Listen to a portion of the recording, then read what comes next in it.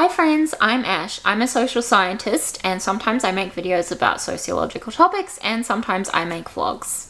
Today we are talking about the consequences of AI, artificial intelligence, in everyday life from a sociological lens. So let's get into the video.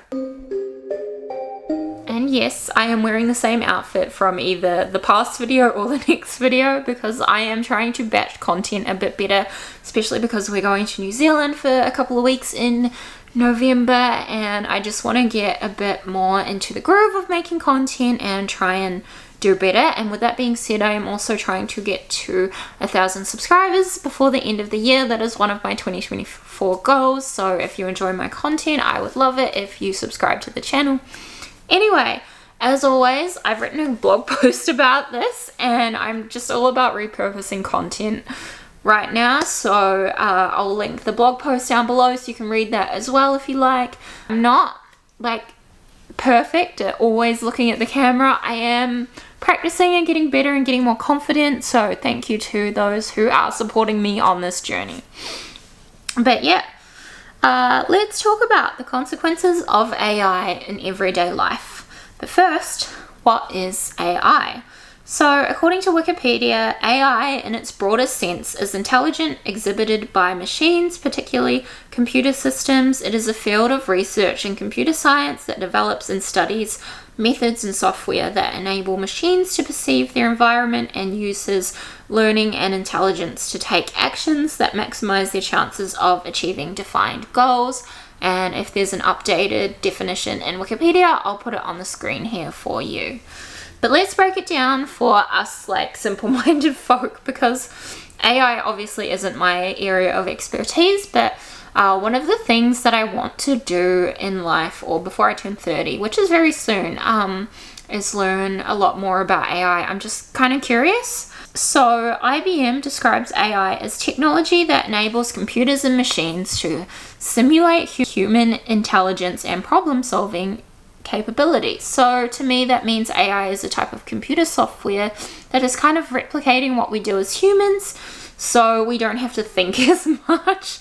And I keep seeing lots of memes about people wanting AI to do their mundane tasks like the dishes and washing and whatnot, so they can write and make art. But what AI is doing is doing their writing and making art. Not very good art.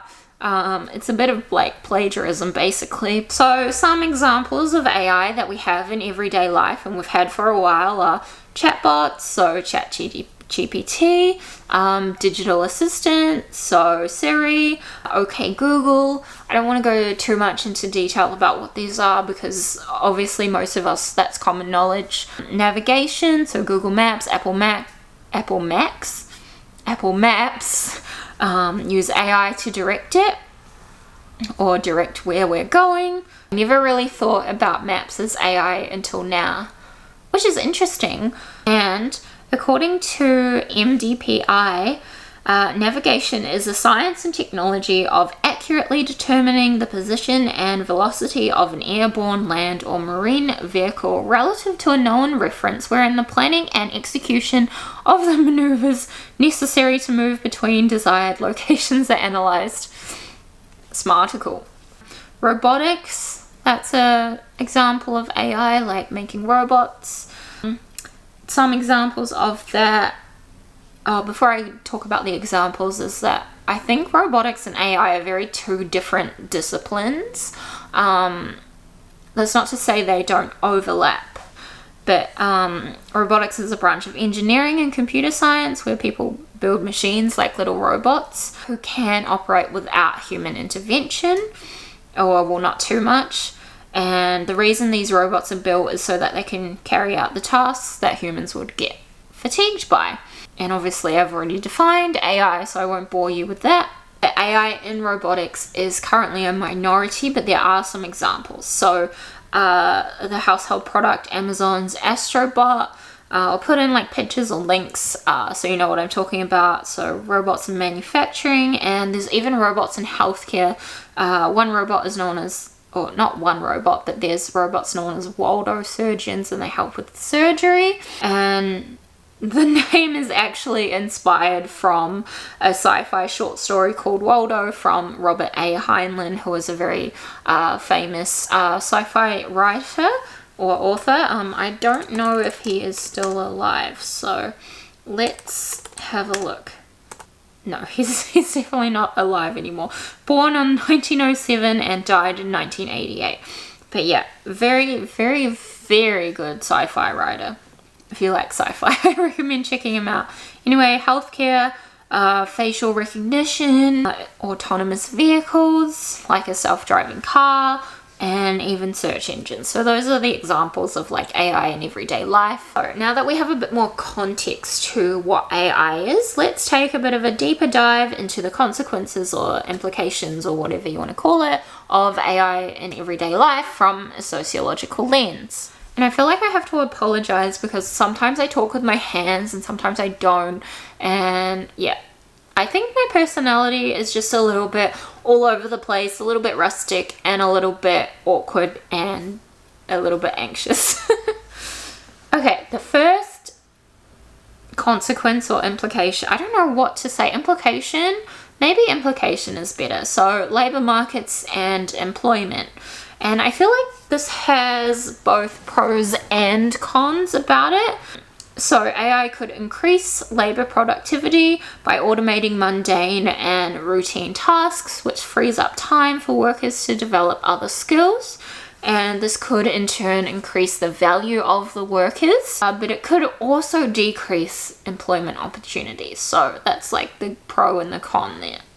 And what kind of jobs will AI create? So according to the World Economic Forum, some jobs that could be created by AI are AI trainers, so people who develop AI, explainers, people who help explain what AI is to the general public, and sustainers, people who use AI and make sure to continue using it in the best ways possible. And a little side note here, this article also talks about creative destruction, and that makes my sociological brain very happy. Because they're exactly right. AI is literally creative destruction, and we could have a whole discussion on that.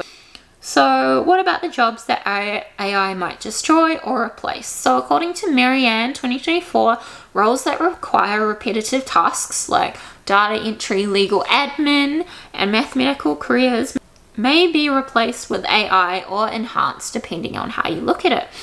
And healthcare may be impacted as well, as we already saw with Waldo surgeons.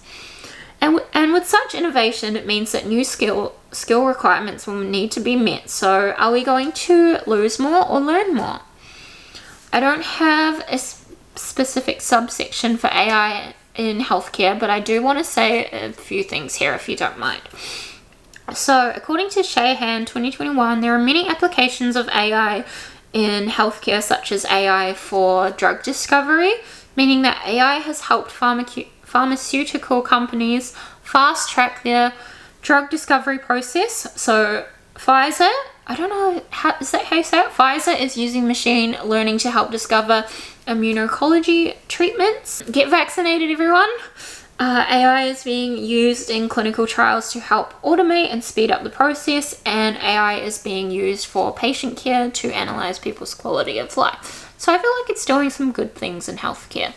Okay, moving on to social relationships and interactions. And I am getting distracted because I feel like I haven't set the camera up where I usually do, or the lighting's just a bit off because it's darker. Usually I film early in the day, but it's like, because we had the gardeners come today, all there has been is like noises of mowing lawns, and I just haven't been able to like film while that's going on because it's frustrating me and like it's just annoying, right? And I feel like the mic would pick up on a little bit. Anyway, social relationships and interactions. So I personally feel like AI is going to influence our social relationships and interactions. So for example, we already see the use of filters in social media apps such as Snapchat and Instagram. I am sure there are others, but I can't think of them right now. And I use filters sometimes, not usually to enhance my face, but sometimes I like to play with the silly ones on Snapchat. But a lot of filters are about changing the way we look, often to enhance our beauty or shape our face to fit with what's trending at the time. So there's a whole debate there, but I do want to say, as I said before, there are a range of like really silly or stupid filters that like make us look ugly or not our best selves. And I think that's important to point out, because it's not, no one ever talks about that. They only ever talk about the beauty enhancing side of things, and I feel like there are always multiple sides to things. I personally think that people do actually just talk about negative things when it comes to social media. Like, where are the people talking about the positive things about social media? Because there are both. Talking about social media, a lot of platforms have integrated AI into their own algorithms. Even my blog hosting site uses AI inside it to help make the users have a better experience. Social media platforms use AI to enable personalized content recommendations, real-time content analysis, and automated content generation. And with this comes enhancement for the user experience on social media. It could also lead to the spread of misinformation, filter bubbles, and echo chambers. And this was written a while ago, but since then the AI on like Instagram and Facebook is really annoying. Like I'm just trying to search for someone so I can message them, and then it's like telling me this whole story about horses or whatever. Yeah, it's and I find it funny how now Facebook has AI that is just like summarizing a comment section of a post.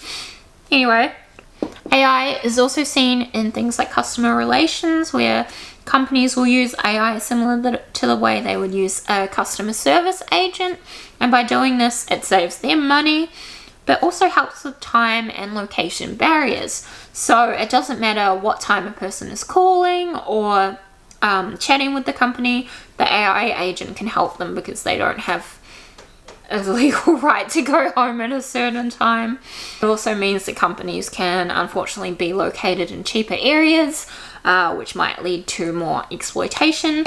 If they do employ AI agents instead of people, it might mean that such companies could generate higher revenue. Yay, capitalism! That's sarcasm. And turnovers each year. Whether or not the user experience is as good as talking to a human is a different story. Personally, I don't like talking on the phone at all, but I've also struggled with chatbots too, because sometimes they just have no idea what you're talking about. So I feel like I'm on the fence, but that might just be because I'm a bit of an introvert. And if you're like me, you've probably watched a lot of sci-fi or read a lot of sci-fi content, and I love it, but it does scare me to some degree, especially when it does come to things like robots. And I've talked about this in previous videos. Westworld, such a good show, but it did scare me a lot, and I really feel like we got ripped off with not another season, because I just wanted more of that. But apparently it just cost too much money to make, and they weren't making any money. But yeah, it was really good. Anyway, we are going off topic a little bit. But the reason I brought up sci-fi is because it makes me think of AI and companionship. Can AI really replace human companionship? Personally, I don't think so. I don't think there's a very extra special feeling when you create a connection with an AI. Like when you create a connection with a human, it's very like special, whether it's a friendship, a relationship, a like lover or whatever. Those connections are very like special to me, and this could just be my opinion, but I don't think I could have that with a robot. But yeah, that reminds me, there is the movie Her, which is very interesting, very long too. And in saying this, it's not to say that some people won't be able to have that connection, or like some people won't be affected, because there definitely will be people affected by AI companionship tools. I wrote here that I personally think some people may become addicted to them, which is terrifying to think about. So if we replace human interaction with AI, we are likely to get less equality and less satisfaction. It's not just the same. It's just not the same. Quantified 2024 suggests that, and this is a quote, that human-to-human communication is vital to humanity's social life, and it should be nurtured and enhanced in any way possible. And that data and artificial intelligence provide a powerful opportunity to enhance personal human-to-human interaction and have more winning conversation. And they also go on to say that the human fear of AI is based on the concept that AI will make humans obsolete, which definitely won't be the case. That won't happen. But I do understand where the fear comes from. Well, this is going to be a long video, long to edit. But moving on now to surveillance and privacy. Is AI the new eyes of surveillance? Well, one would assume so, considering the way it can collect, interpret, and analyze data, and do so at rapid speeds. With this comes concerns of safety, privacy, and data collection. Remember Cambridge Analytica. Thanks, Zuckerberg. According to Fay 2024 in a Forbes article, it's widely understood that AI tools allow people to create content. Texts, images, videos, and much more can be quickly created with AI, but these tools can also be used to track and profile individuals. AI allows for more detailed profiling and tracking of individuals' activities, movements, and behaviors than was ever possible before.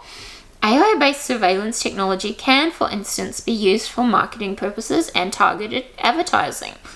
And to me, this quote is very, very scary, as the use of AI in such a way can lead to invasion of privacy, and it may make people feel very uncomfortable and uneasy. Just think about how many cameras you walk past on a daily basis, or how many things are actually tracking our every move. Are our phones listening to us? I wouldn't go to say as far as our phones have a bug in it, but the way algorithms and things like that work is on prediction. They know what we want before we know we want it, if that makes sense. But what is our data being used for? Facial recognition technology is widely used in public spaces like train stations and airports, probably a lot of other spaces too. And I remember watching a Gruen episode, which is a Australian panel show hosted by comedian Will Anderson, and there's a couple of advertising experts, I can't remember their names, and then they get new ones every week. And they analyze Australian ads and say whether they think it's going to work. And basically they do a sociological analysis of the ads, and it's really good. And one episode, it's quite old now, but said that there were shopping centres in Australia that were tracking your movement, and obviously there's cameras in shopping centres for safety, but apparently they were trying to work out what your mood was so that they could put ads in areas close to you, and so you'd go shop at that place. Yeah, that kind of freaked me out. Why do they need to know your mood anyway? And facial recognition technology being used in such spaces leads to a lot of ethical concerns about the constant monitoring of people. Are we in a real life 1984? Is the show Person of Interest going to become a reality? You tell me. Okay, the next implication we're going to talk about, or factor, sociological factor, is ethics. Ethics is an interesting topic. I don't really know how people can decide what's ethical and not. You have a gut feeling, but there are so many experiments from the past, especially if you've done psychology or looked into that, where just things are so unethical, and you're just how did that happen? How did they allow that to happen? And I know there are ethics committees, and they decide what you can do and what you can't do, but I feel it's just so interesting how far we've come. What the F was the CIA doing with MK Ultra? How did they get away with that? That was literal brainwashing. So they took a substance, it must have been LSD, and drugged people without their knowledge, and then they wanted to see if they could control them. That's another topic in itself. Is AI ready to make unsupervised decisions, moral decision making? So, simply put, no. Have you seen some of the images that it generates? People have 7 fingers. However, it can help with decision making in general. We want AI to enhance our lives, not to take over and make humans obsolete. According to McTendrick and Turai, I don't know if I'm pronouncing that right, 2022, AI makes the right decisions for the most part. What AI might struggle with is specific moral decision making. They go on to discuss the trolley problem, where someone has to make a decision to sacrifice one person to save a larger number of people. Will AI be able to make a split-second decision? Will it make the right one? What's even scarier is the idea that if AI can answer the trolley problem, it's able to think independently. Would AI make the same ethical and moral decisions that us people would? Is there AI error like there is human error? So the trolley problem is kind of like, how do I explain it? So it's a thought experiment in ethics and psychology involving ethical dilemmas of whether to sacrifice one person or save millions of people. So you would be like, if this person passes away, then all these people are saved. If this person is saved, millions of people are going to pass away. So logically, most people would go with one person passing away rather than millions. Anyway, back to what I was talking about. Would AI be able to have empathy for others or even sympathy? I know these are just more questions than answers, but I feel like right now, we still don't really know where AI stands. Like, it's kind of like still developing. And there's also the issue of bias and fairness that comes up. For example, the idea of AI as a recruitment tool. Let's look at this example from Amazon where they used an AI-based tool to essentially out-recruit other big tech companies. You might be shocked to learn what actually happened. The recruitment tool did not like women. And yes, as a feminist and a woman myself, this is a big problem. The data that this AI tool used was tainted because it was only really looking at men. It was designed to vet applications by observing patterns in resumes submitted to the company over a 10-year period, and most of these came from men, a reflection of male dominance across the tech industry. And you can unpack that a bit, because a lot of the time women won't apply for jobs because they don't think they're qualified for enough, and there have been studies done on like men applying for jobs that they're definitely not qualified for, and they get them. So yeah, women should just be applying for more jobs is the takeaway from that. So this AI tool taught itself that men were preferable to hire. As Amazon were unable to make the problem gender neutral, the AI tool development was scrapped. And I feel like if AI was able to teach itself this, we have to talk about hegemonic masculinity. So this is the practice which reinforces male dominance in society. So how do we get away from that if AI is just going to have gender biases? Why is it that men are still in charge? Aren't countries with a woman as their leader better off as a whole? Well, that's just my opinion. It'll be very interesting to see what happens in the November election in America. I'm very interested. And lastly, what about accountability? If AI does the wrong thing, who takes accountability for that? Will AI be able to apologize or rectify a mistake? We just don't know. Next, we're going to talk about economic inequality. So I feel like something that always has to be discussed in sociology is economics. If you've ever taken a first-year sociology course, you'll know all about the social, political, cultural, and economic factors, all of those. They all work together and can play an important role in impacting something. And often each factor is correlated to each other. So what about AI and economic inequality? Well, we all know that we live in this crazy capitalist world where the rich get richer and the poor get poorer. Thank you, Karl Marx. But there's this question that's always stuck with me from my university days, and one of my supervisors always used to say it, but who has access?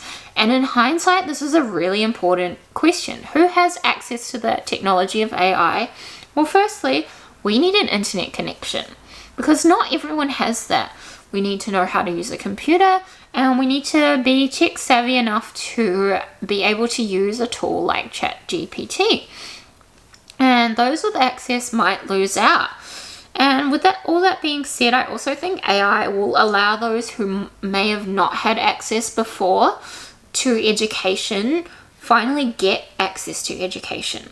We also might see the rise of personalized learning, so learning tailored to the way we want to learn or how we might learn best. There is the idea that with the rise of AI, income inequality will worsen.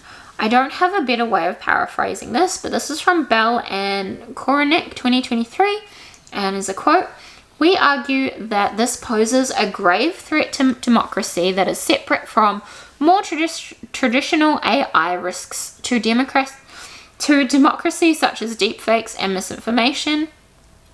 High inequality corrodes democratic institutions through increased elite influence, corruption, populism, and greater public discontent. At the same time, weakened democracy loses power to rein in inequality through progressive policies. This may create a vicious feedback loop of eroding democracy and rising inequality, which may accelerate rapidly following an economic shock like large-scale displacement of workers by AI. The result could be a new society-wide equilibrium with starkly increased income disparities and a weakened voice for ordinary citizens." That was a mouthful. And if this does come into play, wealth distribution will be impacted and we will see a rise in economic inequality. And to minimize the likelihood of this, policies should be put in place, such as not allowing AI to automate all work, empower workers, reform tax policies, and make sure there are no excessive power gains from the implementation of AI. Okay, we are at the last factor, and this is social norms, and this is my favorite one, I think. So social norms are the shared standard of behaviors that are acceptable in certain places, which can often be different in different scenarios. So for example, there's a social norm of not talking to other people in a lift or elevator, and if someone breaks a social norm, it can get quite uncomfortable. So someone might face the wrong way in an elevator or lift, and it could be seen as a social norm. Another social norm in New Zealand compared to Melbourne is when you're on the escalator stair things in a shopping centre in New Zealand, no one walks up them. Everyone's pretty lazy and just stands on them, and you don't really need to get out of the way. But in Melbourne, because people are like always busy and trying to get to other places, you need to stand on the left so that if anyone needs to get up really fast, they can. Yeah, I just thought that was interesting. Anyway, what about social norms in AI? I personally think that AI is going to fundamentally change our social norms, especially in the Western world. So Baronchelli 2024 says, "An outlook on how AI could influence the formation of future social norms emphasizes the importance for open societies to anchor their formal deliberation process in an open, inclusive, and transparent public discourse." So in my own interpretation of this quote, new social norms are likely to emerge from the use of AI, but we don't yet know what they are going to be. It also just makes me think of things like Uncanny Valley. I don't know why. Are we going to lose agency with the rise of AI? How much of the world is actually going to take over? Do we really need to be scared? And what's going to happen to our work-life balance? Are the days of the 9 to 5 over? Or are we still going to be overworked and underpaid? What happens to agency? Does AI have agency? Social norms in AI and our society is becoming increasingly digitalized. Things like social cues that we'd have with a person-to-person interaction will not be seen in the same way when interacting with an AI chatbot. They may not be able to pick up on subtle hints or cues like humans would. They go on to say that we may even see a decline in authenticity. So this is Ulrich and Defenbich, who I am referencing here. So we might see a decline in authenticity online when we see avatars, which I think is already happening with like AI influencers, and I don't understand why they have so many followers. If a person is acting as an avatar or something like that on the metaverse, does that mean there are different social norms and expectations for that avatar? What happens if that avatar commits a crime? Is it treated the same way as a crime in real life? What happens to trolls? Will we still be able to block them? So many thought-provoking questions, and I feel like I have more questions about social norms than answers to do with AI, and I apologize for that. But that brings me to the end. So to summarize, we have discussed the consequences or implications of AI on everyday life from a sociological lens. We have explored examples of AI, the effects of AI on labor markets and employment, AI and social relationships, AI and surveillance society, AI and ethics, AI and economic inequality, and AI and social norms. We can see that AI is another form of creative destruction, but with the rise of AI comes way more questions than answers. So stay tuned. Anyway, thank you so much for watching. As I said at the start of this video, I am trying to get to 1,000 subscribers before the end of this year. So if you could go ahead and give this video a big thumbs up if you enjoyed it, and subscribe to my channel if you have not already. I believe there's about 70% of people who are watching my videos but aren't subscribed. And I will link all the sources and my blog posts down below so you can go and read those as well. I'll see you next one. Bye!